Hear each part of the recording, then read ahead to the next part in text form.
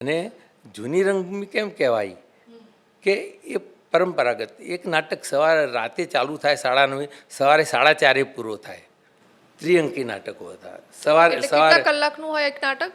9:30 રાતે 9:30 સ્ટાર્ટ થાય, સવારે 4:30 નાટકનો શો છૂટે. એક નાટકની અંદર 80થી 90 ગીત હોય. શરૂઆતમાં ઐતિહાસિક નાટકો આવ્યા, ધાર્મિક નાટકો આવ્યા, સુરવીરોના નાટકો ભજવાયા. ભવાઈ અત્યારે કેમ વિસરાઈ ગઈ છે? ભવાઈ ભૂલાઈ નથી ગઈ. અચ્છા, સરકારના કોઈ પણ ઓછી થઈ કાર્યક્રમો ગઈ છે.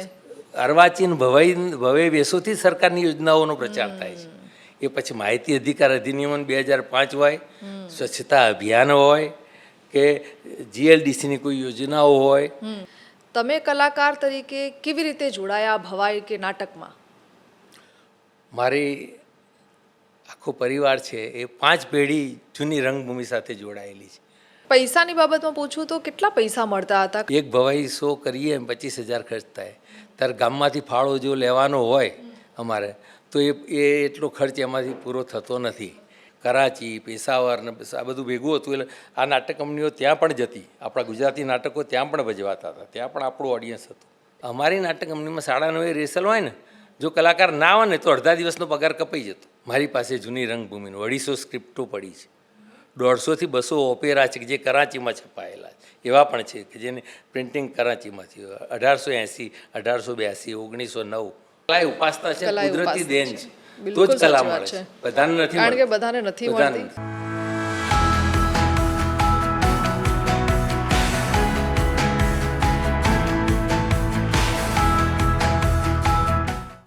નમસ્કાર, જીએસટીવી પોડકાસ્ટમાં આપનું સ્વાગત છે ને હું છું હિના. આજે આપણે વાત કરીશું જૂની રંગભૂમિ વિશે. જે અત્યારના યુવાનો કદાચ એના વિશે નહીં જાણતા હોય, પણ ઘણા ખરા લોકો છે જે જૂની રંગભૂમિ વિશે જાણે છે. અને આ કદાચ નામ સાંભળતા જ એમને ઘણા એવા નાટકો છે, ભવાઈ છે, જે એમના મનોસ્મૃતિમાં યાદ આવી જતા હશે. એક વ્યક્તિ આપણી સાથે જોડાશે જે જૂની રંગભૂમિના કલાકાર છે, ડાયરેક્ટર પણ રહી ચૂક્યા છે અને એક કંપની પણ એમણે ઊભી કરેલી છે. અને આપણી સાથે જોડાયા છે રમેશભાઈ પાંચોટિયા. રમેશભાઈ, આપનું સ્વાગત છે. નમસ્કાર. જૂની રંગભૂમિ વિશે આજે આપણે વાત કરી રહ્યા છીએ, તો સૌથી પહેલાં આપણે એ જ જાણીએ કે જૂની રંગભૂમિ શું હતું, એના વિશે જણાવો. હિનાબેન, જૂની રંગભૂમિ એ જૂની અને નવી એવું તો કંઈ રંગભૂમિ ઉપર નથી, પરંતુ એક એવો સમય હતો કે જ્યારે ફિલ્મ લાઈન હતી જ નહીં, એનું કોઈ અસ્તિત્વ નહોતું. એ સમયે મોટા મોટા કલકત્તા, બોમ્બે, કરાચી, એ વખતે આપણું ભારત આઝાદ નહોતું થયું, એટલે એવા મોટા મોટા સિટીની અંદર ઉર્દૂ અને હિન્દી નાટકો ભજવતી નાટ્ય સંસ્થાઓ હતી, જે ઉર્દૂ અને હિન્દી નાટકો ભજવતી હતી. અને ધીમે ધીમે એમની અંદર સ્ત્રી અભિનેત્રીઓ મળવી એ સમયે બહુ દુષ્કર હતું. એટલે ગુજરાત તરફ એમની નજર ગઈને અમારો સમાજ, નાયક સમાજ કહેવાય છે, નાયક ભોજક સમાજ, ભવાઈ સાથે જોડાયેલો અમારો સમાજ હતો. પરંપરાગત વ્યવસાય ભવાઈનો હતો. એટલે ભવાઈની અંદર લેડીઝ પાત્રો કરતા અને અભિનયો જે કરતા, એના કારણે એ નાટ્ય સંસ્થાઓને રેડીમેડ કલાકારો સ્ત્રી પાત્રો માટેના અમારા સમાજમાંથી મળી રહેતા હતા. એટલે 8 કે 10 વર્ષના બાળકને અહીંયાથી લઈ જાય, શાળાનો અભ્યાસ શરૂ ના થયો હોય, નાટક કંપનીમાં, ત્યાં ડાયરેક્ટરો એને તૈયાર કરે, એને સંગીતકારો હોય એ સંગીતની તાલીમ આપે, નૃત્યકારો હોય, નૃત્ય ડિરેક્ટર હોય એટલે નૃત્યની તાલીમ આપે.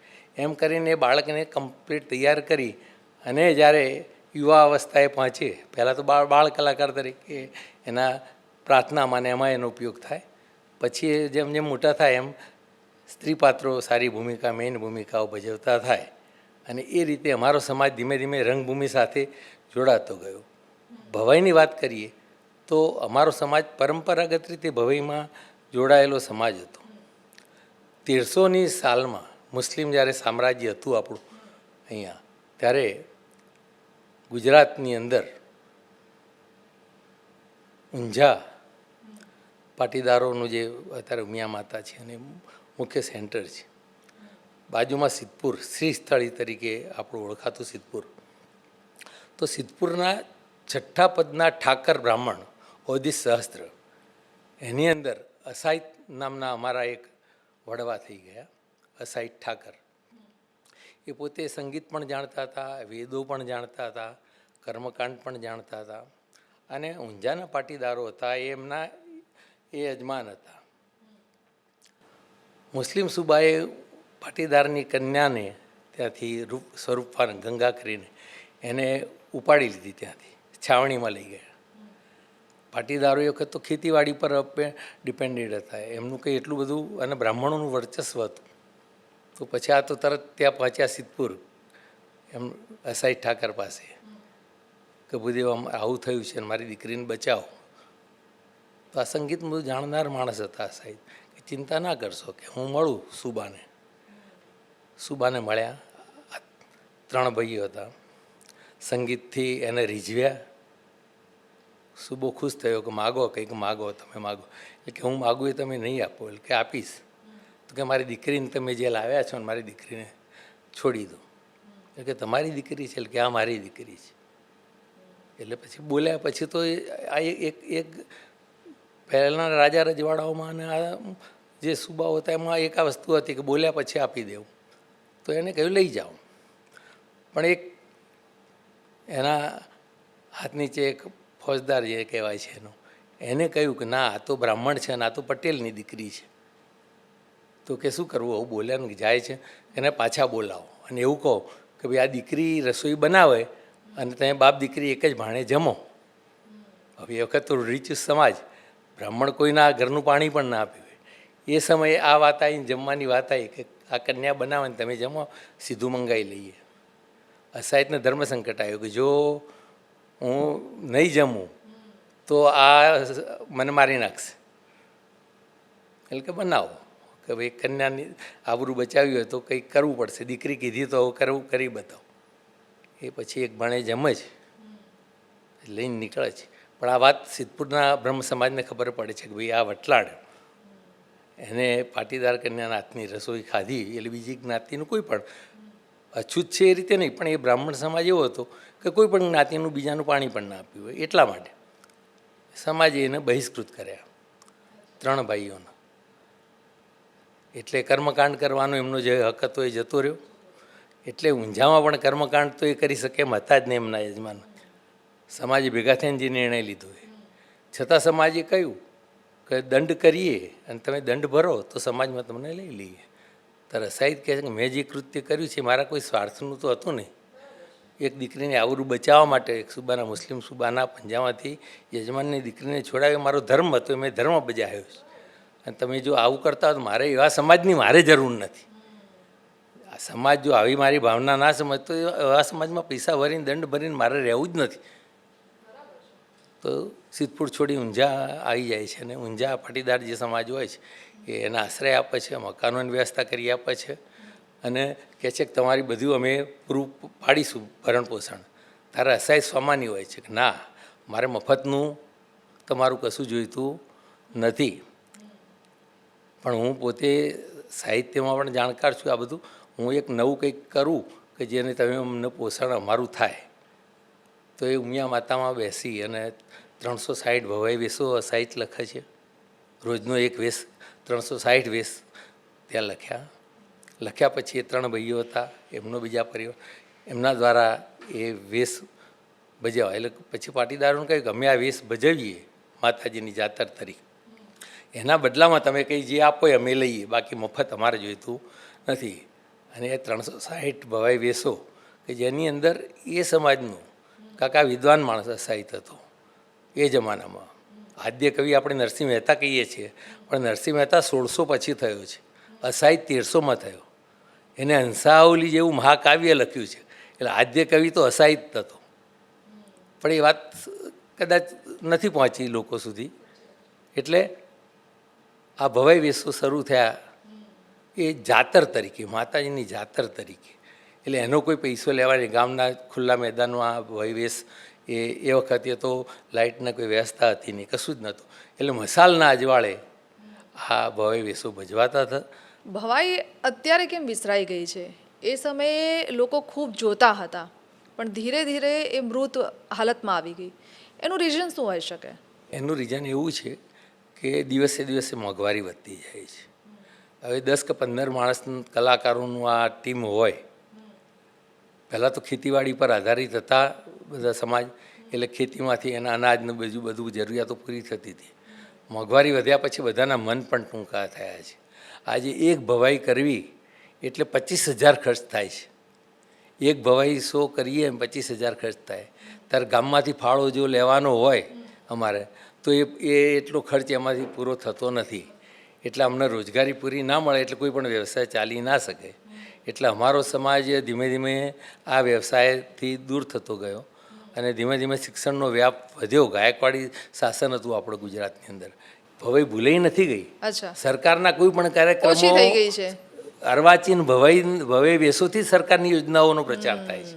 એ પછી માહિતી અધિકાર અધિનિયમ 2005 હોય, સ્વચ્છતા અભિયાન હોય કે જીએલડીસીની કોઈ યોજનાઓ હોય, આ બધી યોજનાઓનો પ્રચાર છે. નાની બચત, આ બધા અને વ્યસન મુક્તિ, આ બધા ભવાઈ વેસો અર્વાચીન નવા બને છે.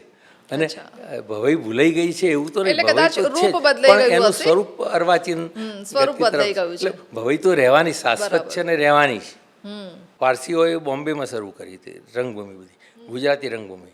પણ એમની બોલી જે હતી કલાકારોની, એ ગુજરાતીની સ્પષ્ટ બોલી હતી નહીં, એટલે પ્રેક્ષકો જલ્દી સ્વીકારે નહીં. એટલે એમને પણ જરૂર પડી કલાકારોની. એટલે એમને પણ આપણા ઉત્તર ગુજરાતમાંથી અમારા સમાજના કલાકારોને ત્યાં ખેંચી ગયા બોમ્બે. અને પછી ઘણા બધા ગયા. એની પાછળ મીર સમાજ પણ એક એવો છે અમારા જેવો જ, કે એના કલાકારો પણ રંગભૂમિ ઉપર જોડાયા. અને જૂની રંગભૂમિ કેમ કહેવાય કે એ પરંપરાગત. એક નાટક રાતે ચાલુ થાય 9:30, સવારે 4:30 પૂરો થાય. 3 અંકના નાટકો હોય, ત્રિઅંકી નાટકો હતા. સવારે કેટલા કલાકનું હોય એક નાટક? 9:30, રાતે 9:30 સ્ટાર્ટ થાય, સવારે 4:30 નાટકનો શો છૂટે. આવા પણ પછી કોમી તોફાનો થવા માંડ્યા બોમ્બેમાં ને એમાં. એટલે પછી રિસ્ટ્રિક્શન ગવર્મેન્ટના આવવા માંડ્યા કે ભાઈ આટલા કલાક સુધી ક્યાંક સલામતી ના રહે. પછી એમાંથી દ્વિઅંકી નાટકો, નાટિકા સ્વરૂપના દ્વિઅંકી નાટકો, એ ફૂલ લેન્થ નાટકો બંધ થઈ ગયા. એની અંદર 80, 90 ગીતો હોય. એક નાટકની અંદર 80 થી 90 ગીત હોય. હા, 5 મિનિટનું એક ગીત ગણો તો 90 ગીતોને કેટલો સમય લાગે? પ્રેક્ષકો કેટલા હશે? પ્રેક્ષકો મોટા શહેરોમાં તો પ્રેક્ષકો મળી રહેતા હતા, કારણ કે બીજું કોઈ ફિલ્મ લાઈન તો ચાલુ જ થઈ નથી એ વખતે. ફિલ્મ લાઈન હતી જ નહીં. મનોરંજનનું જે સાધન હતું એ ભવાઈ પછીનું. અને મહારાષ્ટ્રની અંદર તો નવટંકીને બધા સ્થાનિક જે મનોરંજન હતા એ જ હતા. એટલે રંગભૂમિ આવી એનાથી શું થયું કે શરૂઆતમાં ઐતિહાસિક નાટકો આવ્યા, ધાર્મિક નાટકો આવ્યા, સુરવીરોના નાટકો ભજવાયા. અને ધીમે ધીમે પછી સોશિયલ નાટકોની શરૂઆત થઈ. પછી દેહાતી નાટકો, સૌરાષ્ટ્રની એ બધી ભૂમિના અમુક સ્ટોરી, એના આધારે દેહાતી નાટકો, ગ્રામીણ પરિવેશના નાટકો પણ રંગભૂમિ ઉપર આવ્યા. અચ્છા સર, હવે તમારી વાત કરીએ કે તમે કેટલા નાટકો કર્યા છે, ભવાઈ કરી છે. તમે કલાકાર તરીકે કેવી રીતે જોડાયા ભવાઈ કે નાટકમાં? મારી આખો પરિવાર છે એ 5 પેઢી જૂની રંગભૂમિ સાથે જોડાયેલી છે. 5 પેઢી. 1885માં મારા દાદા અને એમના ફાધર, એટલે 5મી પેઢી, એ લોકો 1885 થી 1891 સુધી નાના ત્રંબક ને મોટા ત્રંબક કરીને 2 ભાઈઓ હતા. એમની નાટક કંપની હતી વાંકાનેર આર્યનૈતિક. એ વાંકાનેર નાટક કંપનીમાં કલાકાર તરીકે ભવાઈ છોડીને રંગભૂમિ તરફ અમારો પરિવાર એ રીતે દાખલ થયેલો. અને 5-6 વર્ષ એમને અનુભવ લીધો. પછી તો જોયું કે મનોરંજનનું તો માધ્યમમાં સારું છે અને આમાં સારી કમાણી છે. એટલે એ 4 ભાઈઓએ મળીને પોતાની નાટક કંપની કરી અને લગભગ 20 વર્ષ સુધી એમને એ નાટક કંપની ચલાવી. એના પછી મારા દાદાએ અમારા જ કુટુંબના બીજા એક વડીલની સાથે ભાગીદારી કરી અને ભૈરવ વિજય નાટક કંપની નામની નાટક કંપની કરી. એ 1921થી ચાલુ કરી અને 1940માં બંધ થઈ. એટલે 20 વર્ષ એમને પણ આ કામ કર્યું. એમાં મારા પછી દાદા હતા, મારા ફાધર પણ ભૈરવ વિજયમાં જોડાયેલા. એ તો નાના એટલે યંગ. પછી મારા ફાધરને એમ થયું, મોટી સંસ્થાઓ બોમ્બે આ બધી જોઈને, કે ભાઈ આદર્શ સંસ્થા રંગભૂમિની મારે બનાવી છે. પણ મારા દાદાને જે અનુભવ થયેલા એ વખતે કરાચી, પેશાવર ને આ બધું ભેગું હતું. એટલે આ નાટક કંપનીઓ ત્યાં પણ જતી, આપણા ગુજરાતી નાટકો ત્યાં પણ ભજવાતા હતા, ત્યાં પણ આપણું ઓડિયન્સ હતું. એટલે મારા દાદા ઉર્દુ લગભગ 5 થી 6 નાટકો ઉર્દુના અમારા ત્યાં મારા દાદા અભિનયમાં કરતા હતા.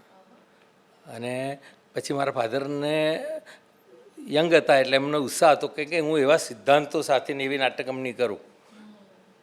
પણ મારા પાસે દાદાનો અનુભવ જે હતો કે ભાઈ આ બહુ ફ્યુચર સારું નથી અને આ કલાકારો છે એ બહુ બેવફા વધારે બને છે. એટલે તારી જીવન આખું તમે આ રંગભૂમિ પર જોડાશો તો તમને બહુ આ લોકો ત્રાસ આપશે અને તમે આ બધા માનસિક એટલા ટેન્શનમાં આવી જશો કે એક રંગભૂમિ ચલાવી એટલે એક રજવાડું ચલાવવું બરાબર છે. મારા દાદાના આ શબ્દો હતા. અને કલાને પચાવી એ એક પારો પચાવવા જેવું છે એવું મારા દાદા કહે. પછી મારા ફાધરને ના પાડી, તું આ કરીશ નહીં અને તું જો નાટક કંપની કરીશ તો તારું બોર્ડ ચડશે ને તો હું છરી ખાઈને ત્યાં આપઘાત કરીશ તારા બોર્ડ. આવું મારા ફાધરને ધમકી આપી. પણ મારા ફાધર પછી એમને વશ ના થયા, કારણ કે એમને બીજું એમને પોતાની નાટક કંપની કરી, વિજય નાટક કંપની. અને 1941માં બહુચરાજી મુકામથી વડીલોના વાંકે નાટકથી મારા ફાધરે નવી નાટક કંપની સ્ટાર્ટ કરી. અને 1994 સુધી આ નાટક કંપની અમારી ગુજરાતમાં ચાલી. અને દેશી નાટક સમાજ બોમ્બે મોટી નાટ્ય સંસ્થાઓમાં છેલ્લી નાટ્ય સંસ્થા જો બંધ થઈ હોય 79માં તો એ દેશી નાટક સમાજ હતી કે જે વર્ષો સુધી ચાલી. લિમિટેડ કંપની હતી. અમારી લિમિટેડ કંપની નથી. મારા અંકલ એ પોતે હાઈસ્કૂલમાં શિક્ષક હતા ઓગણજમાં. પણ 1960માં મારા દાદા એક્સપાયર થઈ ગયા. પછી મારા ફાધર એકલા પડે, નાટક કંપની ચલાવી નહોતા શકતા. અમે બધા નાના હતા. એટલે પછી એમને કહ્યું ભાઈ મેનેજમેન્ટ કરવાનું મારું કામ નથી. મારા ફાધર બહુ ભણેલા નહોતા. મારા અંકલને હાઈસ્કૂલની નોકરી હતી શિક્ષકની, એ છોડાઈ અને મેનેજર તરીકે નાટક કંપની બંને ભાઈઓ જોડાઈ ગયા અને એમને વર્ષો સુધી ચલાવી.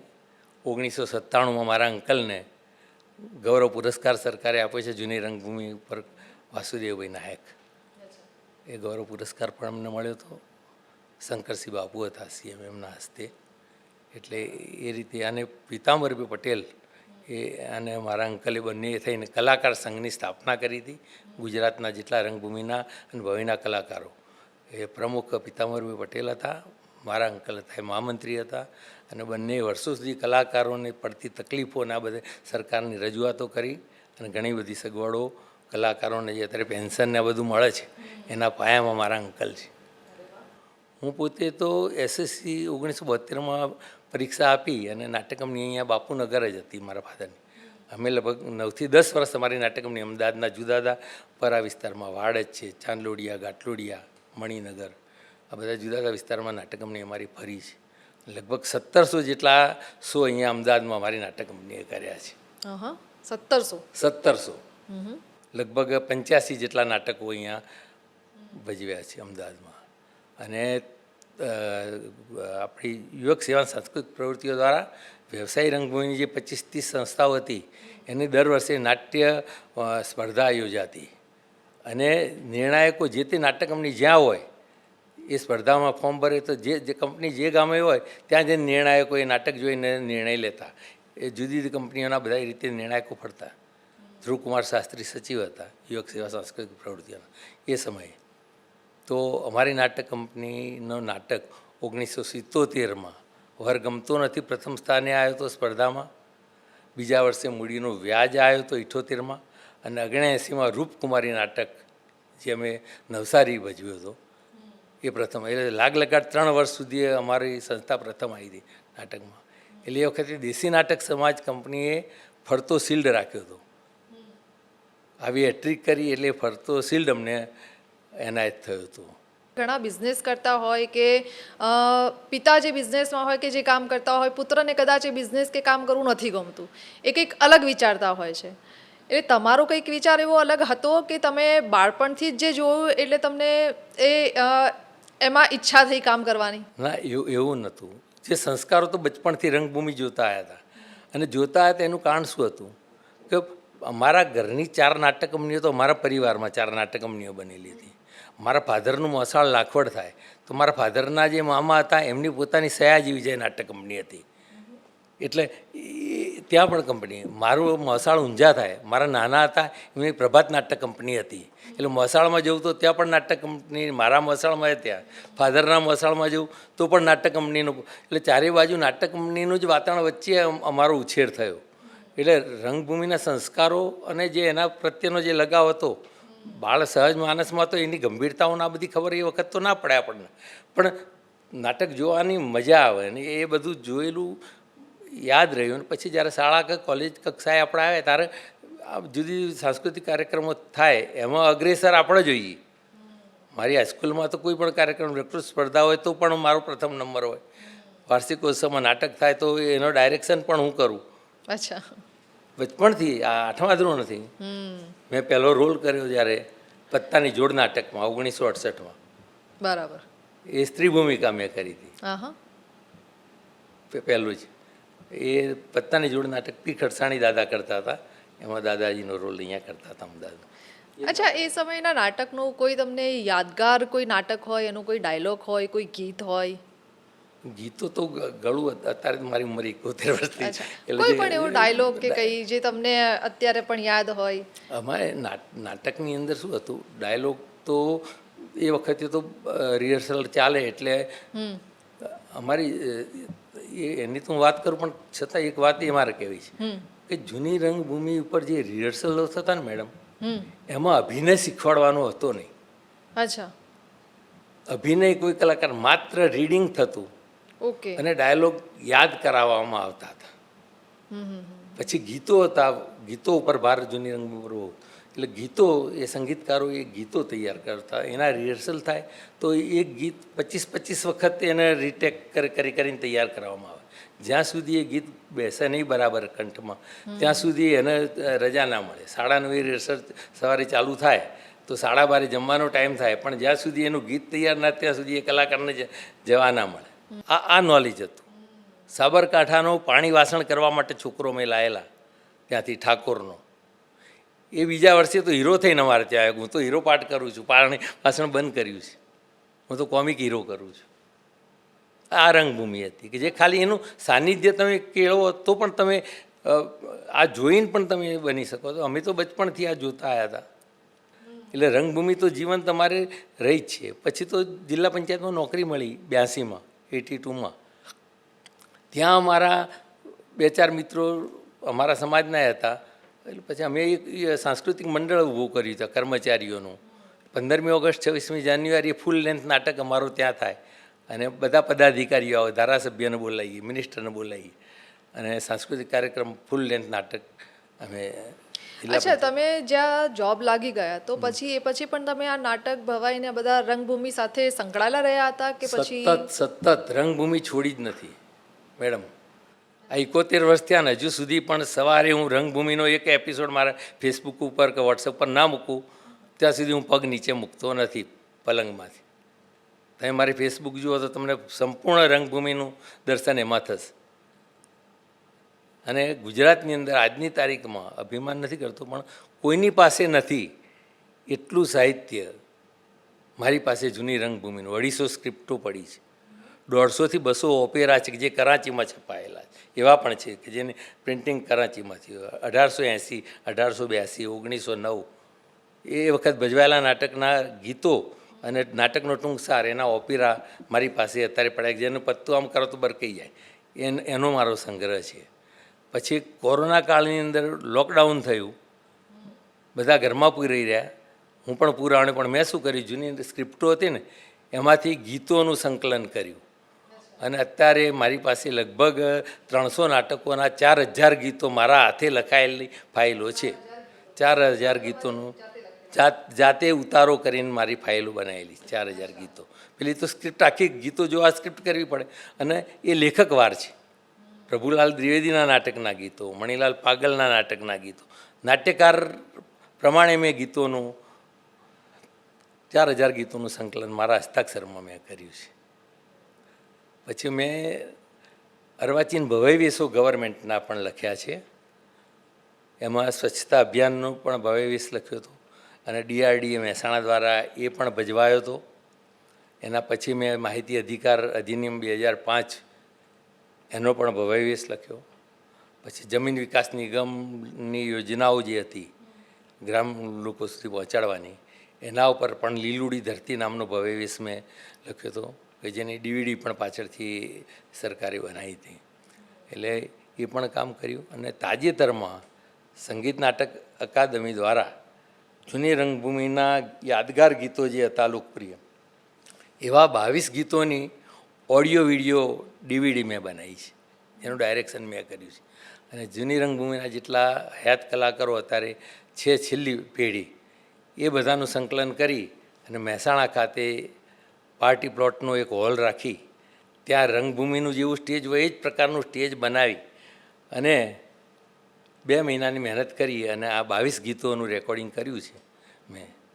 બાળપણના સંભાળણા, મારા અંકલ બીજા મારા કાકા ધીરજલાલ નાયક એ જિલ્લા પંચાયતમાં હતા, વિશ્રાંતિ ગૃહમાં મેનેજર હતા, પણ અમે બંને થઈ અને એક આ ભગીરથ કાર્ય કર્યું કે આ તો કોઈને પાસે એવું કોઈ જાળવવાનું નથી ને આ કલાકારો, આ છેલ્લી પેઢી પૂરી થાય પછી તો આ અભિનય કે આ બધું પૂરું થઈ જશે. ના, એ સારી વસ્તુ છે કે આવનારી જે પેઢી છે એ લોકોને જોશે તો એ લોકોને જોશે ખ્યાલ તો પણ એમને આવશે. કે ભાઈ આવા રંગભૂમિના ગીતો હતા. અને પહેલાના જે ગીતો હતા, શબ્દો હતા, એના મ્યુઝિક હતા, એનો કોઈક અર્થ નીકળતો હતો કે એ સાંભળીને જ વ્યક્તિ કોઈ યાદમાં ખોવાઈ જાય કે કંઈક વિચારવા લાગે કે એને એ સમજ આવે કે એકચ્યુઅલી આ ગીતમાં શું કહેવા માંગે છે. જે અત્યારના ગીતો કદાચ એ નથી આપી શકતા, જે જૂના ગીતો સાંભળીને આપણને ખ્યાલ આવતો હોય. એટલે અત્યારે તો અર્વાચીન રંગભૂમિ ઉપરથી તો ગીતો જ જતા રહ્યા છે, એ માળખું રહ્યું જ નથી. ભરત મુનિએ જે નાટ્યશાસ્ત્રની અંદર જે વસ્તુ લખી છે એમાં નૃત્ય પણ આવે છે, સંગીત પણ આવે છે અને અભિનય પણ આવે છે. આ ત્રણનું સંકલન થાય ત્યારે એક નાટ્ય બને છે. એટલે અત્યારનું નાટ્ય કેવું કહેવાય, પૂંછડું કાપી નાખ્યું હોય એવું. પાછળથી તમે કે ભાઈ આ કાપી નાખ્યું, અને એની મર્યાદાઓ છે કે રાત્રે તમે 12 વાગ્યા પહેલાં નાટક પૂરો કરવાનો, ગવર્મેન્ટ રિસ્ટ્રિક્શન. હવે જો ગીતો અંદર ઉમેરવા જાય તો નાટકની સ્ટોરી અધૂરી રહે છે. એમાં પણ પરિવર્તન તો થાય, એમાં કંઈ વાંધો નથી, પણ જે સંગીતને જે પ્રેક્ષકો મનોરંજનની જ્યારે વાત હતી ત્યારે લાઈવ જે મનોરંજન રંગભૂમિ ઉપર મળે છે એ કદાચ ફિલ્મો, TV સિરિયલોમાં કદાચ એ ના મળી શકે. અને એમાં રીટેક અમારો હોતા જ નથી. જે બોલ્યા એ તમે બોલ્યા કમ્પ્લીટ, પ્રેક્ષકો એ જ ઝીલાય. અને 100 નાઇટ નાટક ચાલે એક જ જગ્યાએ, 100, 200, 300 નાઇટ નાટક ચાલેલા છે. વર ગમતો નથી નાટક વિસનગરમાં 200 નાઇટ ચાલે. 200 નાઇટ સુધી જોનારા પ્રેક્ષકો હોય તો એક પ્રેક્ષકે 25-30 વાર એ નાટક જોયો હોય, એવા પ્રેક્ષકો હોય, કાયમી પ્રેક્ષકો. એડવાન્સ બુકિંગ કરાઈ જાય. પહેલી લાઇનની જે 10-15 વચ્ચેની સીટો હોય ને એ તો કોઈના ભાગમાં ના જાય. એટલે પ્રસ્તુતિ કેવી હશે કે લોકો આટલી બધી વાર જોવા માટે આવે છે. એ આકર્ષણ હતું ને, એ તો તમને રંગભૂમિ સિવાય બીજે ક્યાંય જોવા ના મળે. અચ્છા, આ જે નાટકો ભવાઈ કે જે થતું હતું એને આપણે લોકો સુધી કેવી રીતે પહોંચાડતા હતા? ટિકિટ કેવી હતી? સ્લોગનો કેવા હતા? લોકોના કયા માધ્યમોથી લોકો સુધી પહોંચાડવા? કેમ કે એ વખતે TV, કદાચ રેડિયો પણ કદાચ નહીં હોય તો. હવે એ વખતના પ્રચાર માધ્યમો આપને હું કહું તો ભવાઈ માટે તો પ્રચારની જરૂર પડતી નહીં. કારણ કે ભવાઈ માટેના તો તિથિ નક્કી હોય, તિથિ હોય. એ ગામમાં માતાજીની જાતર હોય તો એની તિથિ નક્કી હોય કે ભાઈ બેસતા વર્ષના દિવસે પાંચોટ ગામમાં ભવાઈ, એટલે દર બેસતા વર્ષે હોય જ. આવું કર બેઠું હતું. એટલે એના કે તો પ્રચારની જરૂર નથી. લોકોને એ તો ખબર પડી જતી હતી કે ભાઈ આ ગામમાં પાંચમે ભવાઈ થાય છે, અહીંયા ભાઈ બીજના દિવસે થાય છે. આવા નક્કી કરેલા દિવસો હતા. એટલે ભવાઈના પ્રચારની જરૂર હતી નથી. રંગભૂમિનો પ્રચાર જ્યારે મોટી સંસ્થાઓ, તો જ્યારે મોટા સિટીમાંથી ત્યાં તો એ વર્તમાનપત્રોય ચાલતા હતા, એના દ્વારા પ્રચાર થતો હતો. પણ જ્યારે આ ગ્રામ્ય વિસ્તારની અંદર અમારી નાટક કંપનીઓ જે 25-30 ગુજરાતમાં ફરવા માંડી એમાં સ્ટાર્ટિંગ જ્યારે થયું ત્યારે તો લાઇટો હતી નહીં, એટલે પેટ્રોમેક્સ સ્ટેજ ઉપર લબડાવવાની પેટ્રોમેક્સ આવતી, એવી લગભગ 5 પેટ્રોમેક્સ ઉપર હોય અને 2 સાઈડે પેલી બીજી પેટ્રોમેક્સો હોય, બધી દરવાજેને બધે એવી પેટ્રોમેક્સ, લગભગ 15 થી 20 પેટ્રોમેક્સો ઉપર આખી નાટક કંપની આ રીતે પેટ્રોમેક્સના જ્વાળા ચાલતી. એ પેટ્રોમેક્સનું બધું રખરખાવ પણ અમારા કલાકાર પોતે જાતે જ કરે, અભિનય કરતા સ્ટેજ ઉપરનું પેટ્રોમેક્સ બગડે એટલે પાછું પોતે જ ઉતારી અને ચાલુ કરી દે. એટલે આ એક એની અને પ્રેક્ષકોને એ ગૌણ લાગતું હતું કે આ બરાબર છે, એનો કોઈ વાંધો. અત્યારના પ્રેક્ષકોને તમે જરાક કલાકાર આડોળો થાય ત્યાંથી બૂમ બરાડા થાય. પેલો ચાલુ અભિનયમાંથી પેટ્રોમેક્સ ઉતારીને તૈયાર કરીને લગાવી દે ને પાછો નાટક ચાલુ હતું. આ જૂની રંગભૂમિનું હતું. અને એ પ્રચાર જે થતો એટલે શરૂઆતમાં તો પતરાનું ભૂંગળું બનાવતા એક, અને રંગલા જેવો પહેરવેશ કોઈક નોકર હોય એને બનાવે અને ભૂંગળું એના હાથમાં આપે, અને ગામમાં એ જાય એટલે એનો ડ્રેસ ને પરિવેશ જોઈને છોકરાઓ બધા ભેગા થાય. પછી ઢોલી એક રાખતા સાથે, એના ઢોલ વગાડેલ બધા ભેગા થાય, અને એનબિલના ચોપનિયા, એનબિલો છપાતા હતા એ વખતે, તો એનબિલો લઈને જાય તો ગામમાં પછી એનબિલો ઉછાળે એટલે છોકરાઓ લેવા પડાપડી કરે, એ છોકરાઓ પાસે એના વાલી પાસે એનબિલ પહોંચે, ને એ રીતે નાટકનો શરૂઆતના પ્રચારો આ રીતે થયા. પછી થોડા આગળ વધ્યા એટલે સાઉન્ડ સિસ્ટમો આવી. સાઉન્ડ સિસ્ટમ પાવરથી ચાલતા સાઉન્ડની સિસ્ટમની બધું આવ્યું. પછી 4 પૈડાવાળી લારીમાં 2 બાજુ 2 બોર્ડ આ રીતે આમ બાંધવામાં આવે, વચ્ચે સાઉન્ડ રાખ્યું હોય, અને પછી એ ગામમાં એ લારી નીકળે. સાંજે 5 વાગ્યાથી નીકળે, 5 થી 7 2 કલાકમાં સિટીમાં ફરી અને આવી જાય. 9:30 નાટક હોય પહેલાં એ આવી જાય, માણસ સ્પેશિયલ રાખ્યા હોય એ નાટકનો આવો પ્રચાર કરે, ને સાથે એન્ડવિલો પણ હોય. એ રીતે થાય. આજુબાજુના ગામડામાં પ્રચાર કરવા માટે એટલે એ વખતે બીજા કંઈ વિકલ્પો નહોતા. અમુક મોટા શહેરોમાં ઊંઝા જેવા કે વિસનગર જેવા ઘોડાગાડી હતી, તો ઘોડાગાડી ઉપર 2 બોર્ડ બાંધી અને ઘોડાગાડી ગામડે જાય અને એ આ રીતે પ્રચાર કરે. પછી જીપો આવી તો જીપની 2 સાઈડે ગામડામાં એ રીતે પ્રચાર થવા માંડ્યો. પછી રિક્ષા હોય.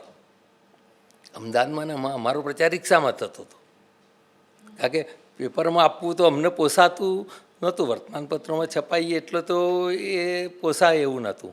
અને એટલા બધા એજ્યુકેટેડ આ જૂની રંગભૂમિ પરના જે મેનેજરો હતા ને એ રૂટીન બહુ ભણેલા નહોતા. સૌથી ભણેલા મારા અંકલ હતા એમાં, આટલી 30-40 નાટક કંપનીમાં ઇન્ટર સુધી ભણેલા હોય મારા અંકલ એક જ હતા કે જે ઇંગ્લિશ લખી શકતા હતા, વાંચી શકતા હતા, ઇંગ્લિશ વાત કરી શકતા. એટલે આ પ્રચાર એ રીતે થવા માંડ્યો. અને પછી તો અમદાવાદમાં અમે આવ્યા ને પછી તો અહીંયા સારા બેનરો બનાવનાર આર્ટિસ્ટો પણ અમદાવાદ પિક્ચરના બેનરો બનાવતા હતા, અને આર ગજ્જર ને એવા બધા. તો પછી અહીંયા મારા ફુવા પણ પેન્ટર હતા, અલકાર્ટ કનુભાઈ નાયક, એ મોટા ઓર્ગેનાઇઝર હતા શોના. પણ એ એટલે એમને અહીંયા અમારી નાટક કંપની આવ્યા પછી એમને કહ્યું કે ભાઈ બેનરો બનાવો, નાટક કંપની આગળ આવા કોઈ સીન દ્રશ્ય કલાકારોના ફોટા સાથેના બેનરો તમે આવા મોટા મોટા બનાવો. એટલે અમદાવાદ અમે રહ્યા ત્યાં સુધી અમારી નાટક કંપની કોઈ પણ નવો નાટક બને એનું બેનર અમારા સ્ટેજ ઉપર લાગે. એટલે એ રીતે પ્રચાર બેનર દ્રશ્ય એક આખું ઊભું થયેલું હોય, કલાકારોના જુદા પેલા હોય, પિક્ચરની જેમ જ અમારો હોર્ડિંગ્સ બનતા રહે, અને એ રીતે પણ પ્રચાર થતો હતો. તો એ વખતે જેમ તમે કીધું કે કલાકાર જાતે જ બધું કરતા હતા. પૈસાની બાબતમાં પૂછું તો કેટલા પૈસા મળતા હતા? કારણ કે એ વખતે મોંઘવારીને લઈને જોઈએ તો એટલા પૈસા લોકો પાસે નહોતા, કે નાટક કંપનીઓને પણ એટલા પૈસા નહોતા મળતા, છતાં એ લોકો રંગભૂમિ ક્ષેત્રે જોડાયેલા રહ્યા અને વિવિધ ગામોમાં કે સિટી એરિયામાં આ કરતા રહ્યા. તો પૈસા કેટલા મળતા હશે? એક કલાકારને કેટલા મળતા હશે, કે ભાઈ નાટક કંપનીને કેટલા મળતા હશે? કલાકારની વાત કરું તો 1885માં અમારા જે 4 વડવાઓ કયા ને એમનો 25 રૂપિયા માસિક પગાર હતો. એક જણનો 25 એટલે 4 ભાઈઓના 100 રૂપિયાનું મની ઓર્ડર એ લોકો, એમને તો બક્ષિસ, કલાકાર હતા, બક્ષિસો મળે એટલે એમનું તો, અને જમવાનું બધું નાટક કંપનીના ખર્ચે હોય, વ્યસન કોઈ હતું નહીં. તો 100 રૂપિયાનું મની ઓર્ડર એ જમાનામાં ગામમાં આવે ને તો પોસ્ટ ઓફિસ અમારા ગામમાં તો હતી નહીં, મહેસાણા પોસ્ટ ઓફિસ, તો ઘોડા ઉપર ટપાલી એ મની ઓર્ડર આપવા માટે ગામડામાં આવે ત્યારે ગામમાં ચર્ચા થાય કે ભાઈ આ નાયકના ત્યાં 100 રૂપિયાનું મની ઓર્ડર આવ્યું. ₹100 એટલે અધધ લોકો પાસે પૈસા નહોતા.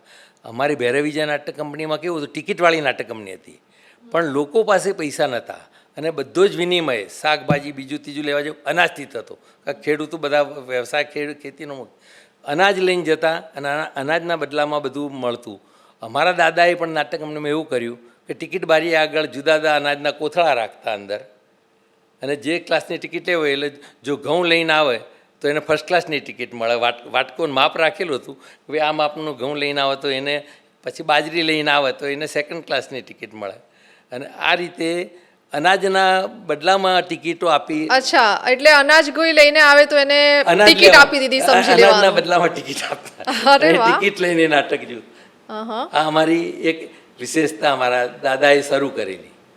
બીજી વિશેષતા અમારા દાદાએ શું તો કરી, પછી એનું શું કરવામાં આવે? અનાજ જે લેતા હોય એ અનાજ પછી જો આટલા 30-40 કલાકારો હોય હા, એટલે અનાજ જેટલું એમનો ઉપયોગમાં આવે એટલું દે, બાકીનું તો પછી આ કલાકારો શું કરે, એના ભાગ પાડી દે અચ્છા, અનાજના. કારણ કે આમ તો આવક તો પછી એ ભાગ પડે કલાકારોના અનાજના, એ સૌના ઘરે મોકલાય. બરાબર. પછી બીજું આમાં એવું કર્યું મારા દાદાએ, જે એમને પ્રણાલી સહકારનું એ વખત કોઈ નામ નિશાન નહોતું, સહકારી સિદ્ધાંતોનું કા બધું. મારા દાદાએ અમારા ગામના લગભગ 25 અમારા સમાજના કલાકારો અમારા ત્યાં, અને બીજા આજુબાજુના સગાવાલામાંથી 8-10 કલાકારો, આટલા બધાની જે ભૈરવીજા નાટક કંપની કરી, એનું કામ આમ તો કલાકારને એની કેટેગરી પ્રમાણે કે હીરોનો પગાર જુદો હોય, સાઈડ હીરોનો જુદો હોય, ડોસાપાઠ કરતો હોય જુદો હોય, મેઇન હિરોઈન કરતો હોય જુદો, સાઈડ હિરોઈન કરતો હોય એનો ઓછો પગાર હોય, એ રીતે કેટેગરી હોય. પણ મારા દાદાએ શું કર્યું કે માલિકથી માંડીને બધા જનો જે કંઈ આવક થાય એ સરખા હિસ્સે બધાને સહકારી ધોરણે નાટક કંપની ચાલુ કરી, કે જે કંઈ મળે એ બધું સરખા હિસ્સે બધાને મળે. એટલે સહકારની જે કલ્પના એ મારા દાદાએ એ જમાનામાં 1920માં એમને આ સહકારની કલ્પના કરીને એ રીતે નાટક 1920માં કરેલું. મનોરંજનની આજ અને કાલ શું કહેશો એના વિશે? હવે તો તમે તો કાલ પણ જોઈ છે ને આજે પણ જોઈ જ રહ્યા છો. અમે જોઈ છે. એ ઇતિહાસ ભવ્ય હતો અને સમય સાથે પરિવર્તન તો એ આપણો નિયમ છે જીવનનો, થાય કંઈક નવું નવું આવે. ભવાઈ ક્યાં હતી? ભવાઈ આવી, મદારી આવતા હતા, નટ બજાણી આવતા હતા, બહુરૂપી આવતા હતા. આ બધું મનોરંજન, ગામડાઓમાં મનોરંજન આ હતું. ધીમે ધીમે પછી ભવાઈ આવી, એના પછી રંગભૂમિ આવી, અને ધીમે ધીમે રંગભૂમિના જ કલાકારો. કલકત્તાની અંદર માદન થિયેટર્સની પોતાની નાટક કંપની પણ હતી, અને જે નાટક સારો ચાલે એમાં અને વિખ્યાત થાય એ જ નાટકનું પિક્ચર માદન થિયેટર્સમાં બનતું, કારણ કે ફિલ્મ કંપની એમને બનાવેલી. એ જ કલાકારો, એ જ સંગીતકારો, અને એમાં અમારા સમાજના મોટાભાગના કલાકારો હતા. સુરજરામ હતા, માસ્ટર મોહન મંદરુપુરના હતા. આવા કલાકારો એ ફિલ્મ લાઇનની સ્ટાર્ટિંગના જે પાયાના હતા ને, તો અમારા સમાજના કલાકારો એમાં પણ આયા પાછા. ફિલ્મ લાઇનમાં પણ એ લોકો જોડાયેલા હતા. સંગીતકારો અવિનાશ વ્યાસને તમે યાદ કરો છો, પણ ગણપતલાલ નાયકને કોઈ યાદ કરે છે? ગણપતલાલ પાંચોટિયા, કલ્યાણજી આનંદજીને બચપણમાં જેને સંગીત શીખવાડી એ ગણપતલાલ. લક્ષ્મીકાંત પ્યારેલાલ, એમાં લક્ષ્મીકાંતને, લક્ષ્મીકાંતની મમ્મી આ ગણપતલાલને ત્યાં પાણી વાસણ કરતી હતી, અને આ બે છોકરાઓ, બે ભાઈઓને લઈ નાના નાના, અને ત્યાં સાથે કામ કરવા જાય, અને આ દાદા બધું સંગીતનું કરતા હોય કે મારા છોકરાને થોડું શીખવાડો તો કંઈક જીવનમાં ઉપયોગી થાય. તો એ લક્ષ્મીકાંતના મોટા ભાઈને તબલું શીખવાડ્યું હતું, લક્ષ્મીકાંતના હાર્મોનિયમને આ બધું શીખવાડ્યું. એ પાયો કરનાર ગણપતલાલ પાંચોટિયા હતા, વડનગરના હતા.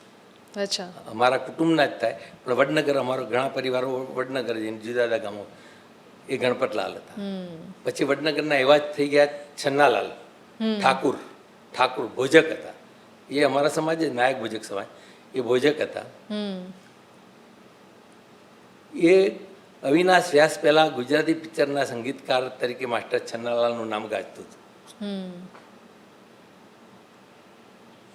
અને હિન્દી ફિલ્મને એમની તરજો હિન્દી ફિલ્મોમાં અંદર પણ વેચાતી હતી, એમની બનાવેલી તરજો.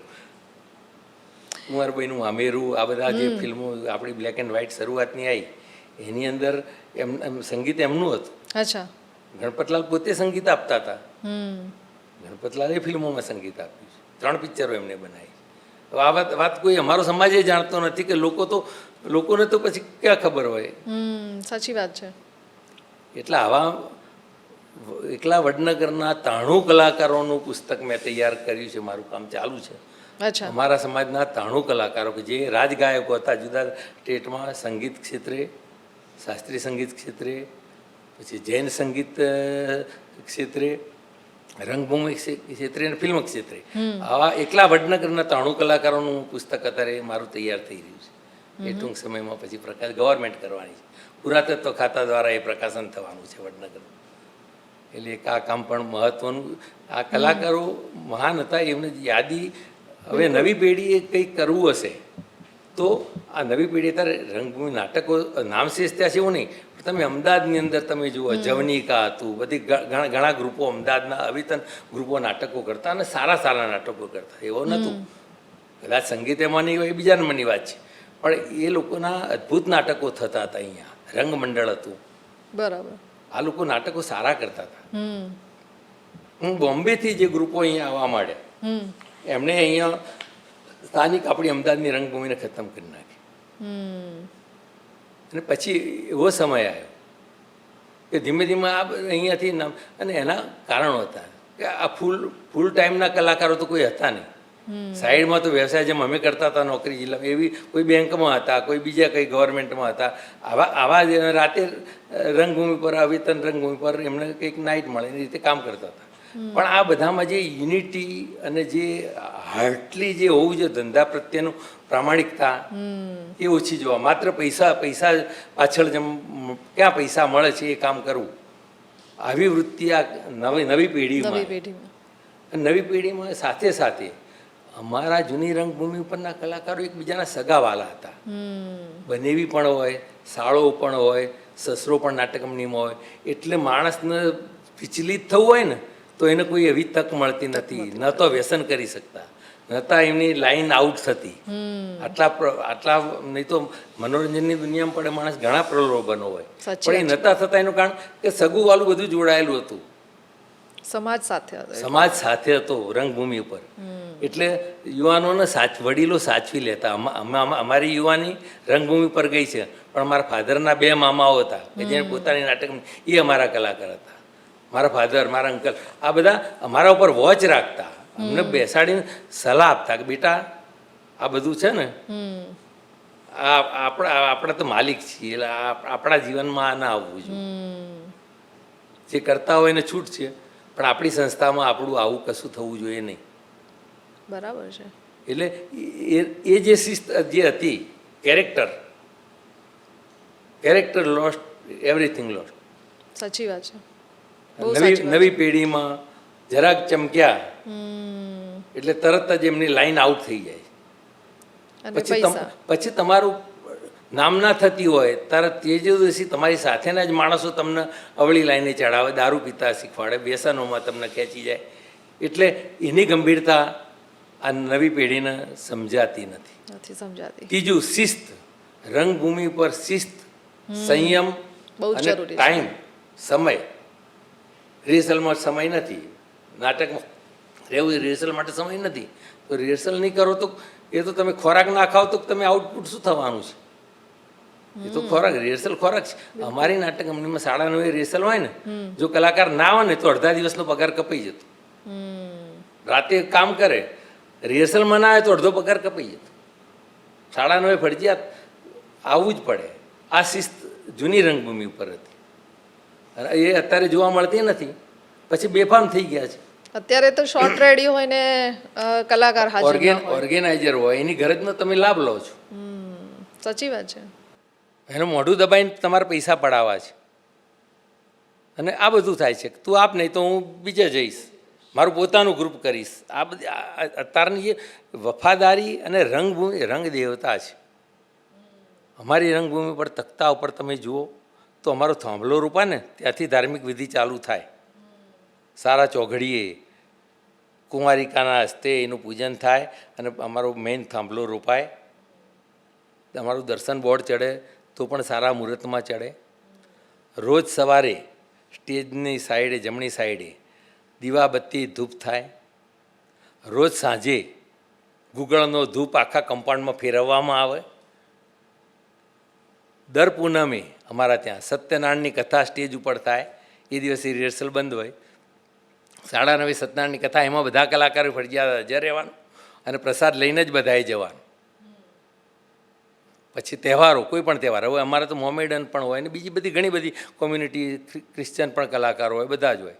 તો બધાના તહેવારો જ્યારે જ્યારે આવે તો એ તહેવારોમાં નોનવેજ કે એવું ના બને, પણ મિષ્ટાન સાથેનો જમણવાર અમારી નાટ્ય સંસ્થામાં અમારા ફાધર કે ભાઈ ઘરે જેટલા 8 મહિના અહીંયા રહેવાના છે, ઘર તો બાળકોને જોવા જઈ નથી શકતા, તો અહીંયા એમને ઘર જેવું વાતાવરણ મળે. તો મારા ફાધર એમને તહેવારોમાં મિષ્ટાન સાથે આ રીતે કલાકારોને સાચવવામાં આવતા. એ તમે અત્યારે નવી પેઢીમાં તમે એ તમને જોવા નહીં મળે. કેમ કરતા અને ચાય ના પાવી પડે અને જતો રહે ઓર્ગેનાઇઝરો. અને બીજું કે જૂની રંગભૂમિનો પ્રચાર આટલો જ હતો, ખુલ્લું હતું. એટલા પ્રચારમાં ટિકિટ અમારો 500-550 રૂપિયા, મને ખબર છે ત્યાં સુધી 72માં જ્યારે હું અહીંયા આવ્યો ત્યારે અમારો ખર્ચ માસિક એટલે દૈનિક ખર્ચ 500-550 રૂપિયા જેવો રોજનો ખર્ચ હતો અમારો. અને 1500 રૂપિયા ઓડિયન્સ આવે અમારા. ટિકિટના દરની વાત કરું તો મારા દાદાએ ને બધી ચલાવી ને એ વખતે તો આના પૈસા હતા, એમાં ચાલ્યું. ભૈરવ વિજય સુધી તો સૌથી વધારે ટિકિટ 1 રૂપિયો હતી. અને રૂપિયામાં શું હતું? ખુરશીઓ નથી. ગામમાં બોકડા હતા, પહેલાં લાકડાના બોકડા દરેકના ઘરમાં રહેતા. એવા જે ગામમાં નાટક કંપની જાય ને એટલે ત્યાં બધા કલાકારો નીકળે કે ભાઈ તમારો બોકડો છે, એટલે કે છે તો અમને નાટક કંપની ત્યાં સુધી આપો. તો પછી કે તમને 2 માણસનો કાયમી પાસ જોવા માટે, ઘર દીઠ 1 બોકડાના બદલામાં 2 માણસનો કાયમી પાસ મફત જોવાનો મળે એમને. એટલે બોકડા પર 5 બેસી શકે, એમાંથી 2 એના 3 તો મફત અમારા બેસે. આ રીતે ગામમાંથી બાંકડા ઉઘરાવવામાં આવતા અને એ બાંકડા મૂકીને એ રીતે 1 રૂપિયા ટિકિટ એ વખતે એ રીતે રહેતી સ્થાનિક. પછી પતરાની કોર્ડન કરવાની હોય, પછી એના માટે વાંસને વાળા જુએ. તો બધી નાટક કંપનીઓ આ બધું સામાન નથી રાખતી, એટલે ગામમાં જે ઉતરે બધા જાય એટલે ગામમાં ફરે બધા કે ભાઈ તમારા વળીઓ છે, 5 વળીઓ આપો, કોઈના ભાઈ પતરા કે ભાઈ 10 પતરા છે લઈ જાઓ. સ્થાનિક કલાકારો પોતે જાતે જઈને આ બધું ભેગા કરતા, જાતે જ મજૂરી કરીને કમ્પાઉન્ડ ઊભું કરતા હતા. એટલે બીજા કોઈ વધારાના ખર્ચા હતા નહીં જૂની રંગભૂમિ ઉપર. કયું પેટ્રોમેક્સ જાતે સળગાવ, પેટ્રોમેક્સ રિપેર જાતે કરવાની. પછી રસોઈ, અમારે 40 કે 50 માણસનો સ્ટાફ હોય, એનું 2 ટાઈમ રસોડું થાય. બપોરે દાળ ભાત રોટલી શાક રોજ જુદું જુદું બને. તહેવાર હોય દિવસ મિષ્ટાન હોય. પછી ઘણીવાર એવું થાય કલાકારને કે સારું દાળ ઢોકળી બનાવો ને, કારણ કે રોજ એકનું એક ખાય કે દાળ ઢોકળી બને. કોઈક દાળ કોઈ ઓફર કરે કે ભાઈ રોટલા અને કઢીને એવું બનાવો ને, તો પાછું એ બને. પછી કોઈ ઉંમરલાયક હોય એ રાતે પેલી ભાખરીને કઠોળ, સાંજની રસોઈમાં અમારે ફિક્સ હતી, કઠોળ બદલાતું રહે પણ ભાખરી નાની બને. એટલે ઉંમરલાયક માણસને દાંત બાંધ ના હોય તો પછી એ તકલીફ, તો એના માટે ખીચડી બને જુદી. એ પણ ધ્યાન અમે રાખતા એમ કોઈ ભૂખ્યું ના રહેવું જોઈએ. સિઝન પ્રમાણે કેરીની સિઝન આવે તો રસપુરીનું જમણ અમારા કંપની તરફથી મળે. બેસતા વર્ષે કલાકારોનું સ્નેહ મિલન થાય. કલાકારોનું બધાને સારું કામ કર્યું હોય એની આખો, જેના કારણે એ બધાનું અભિવાદન કરવામાં આવે. લાણી રૂપે 1 વાસણ બધાને આપવામાં આવે ભેટ. એમાં પતાસા અને ₹1 સાકર મૂકી અને સકન કરાવવામાં આવે કલાકારોને. એક આવી પ્રણાલિકાઓ જૂની રંગભૂમિ ઉપર હતી.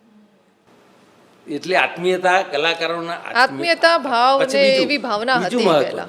કે કલાકારો તો કોઈ એમની તો કંઈ મિલકત તો આવું કશું હતું નહીં કે જેને તો માનો દીકરીના લગ્ન આવ્યા તો એ ખર્ચને કલાકારની એની એકલી આવક ઉપર તો ક્યાંથી ચાલે? સાચી વાત છે. એ વખતે કલાકાર એમ કે ભાઈ મારે દીકરીને લગ્ન છે, તો જે ગામમાં એની વધારે પહોંચ નાટક કંપની ફરી હોય પણ એને એમ થાય કે ભાઈ આ ગામમાં મારા વધારે પરિચિત માણસો છે તો મને અહીંયા 1 શો મને આપો, બેનિફિટ નાઇટ. તો કલાકારની બેનિફિટ નાઇટ પડતર જેટલી ખર્ચ હોય એટલો લેવાનો, બાકીનો નફો એ દિવસે ટિકિટો સેલ જાતે કરે, બીજા કલાકારોએ મદદ કરે. કારણ કે બધાને જરૂર, આ તો સામાજિક જીવન. બધા ફરી અને એ જે એમાંથી નફો થાય એ કલાકારને મળે. પછી આવી કોઈ બીમારી આવી હોય ફાધર મધરની ના આવી અને એને પહોંચી વળવા માટે તો પાછી બેનિફિટ નાઇટ એને મળે.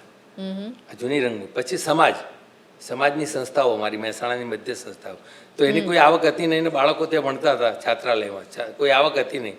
બાળક પાસે 3 રૂપિયા માસિક ખર્ચ લેવામાં આવતો હતો, ત્યાં જમવા સાથે તારે એ સંસ્થા એમ કે નાટક કંપની મહેસાણા જાય કે ભાઈ સંસ્થાના લાભાર્થી એક શો આપો, અમે ટિકિટો સેલ કરીશું.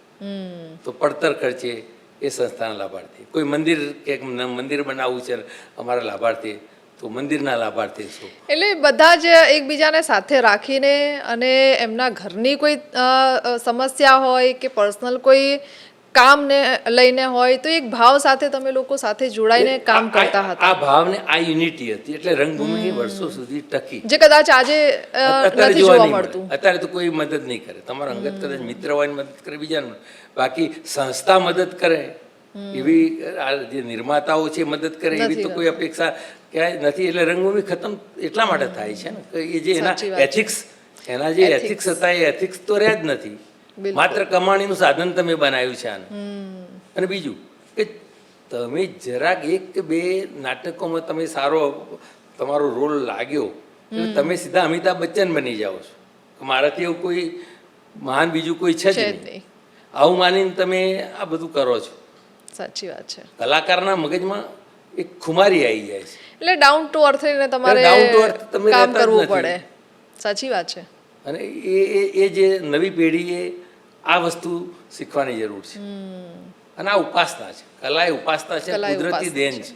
તો જ કલા મળે છે. બધાને નથી, કારણ કે બધાને નથી મળતી. અને કોઈ નાટ્યશાળામાં જાઓ એટલે તમે મહાન કલાકાર થઈ જાઓ એવું નથી. એવું નથી હોતું. અંદરથી હોય, કુવામાં હોય તો વાડામાં આવવાનું. સાચી વાત છે. આપની રજા. બિલકુલ બિલકુલ. તમે જે માર્ગદર્શન આપ્યું ને તમે જે વાતો કરી જે લોકો સુધી પહોંચશે અને લોકો પણ એ વસ્તુને જાણશે કે જૂની રંગભૂમિ શું હતું અને આજે શું છે. થેન્ક યુ સો મચ અમારી સાથે જોડા બદલ. Thank you.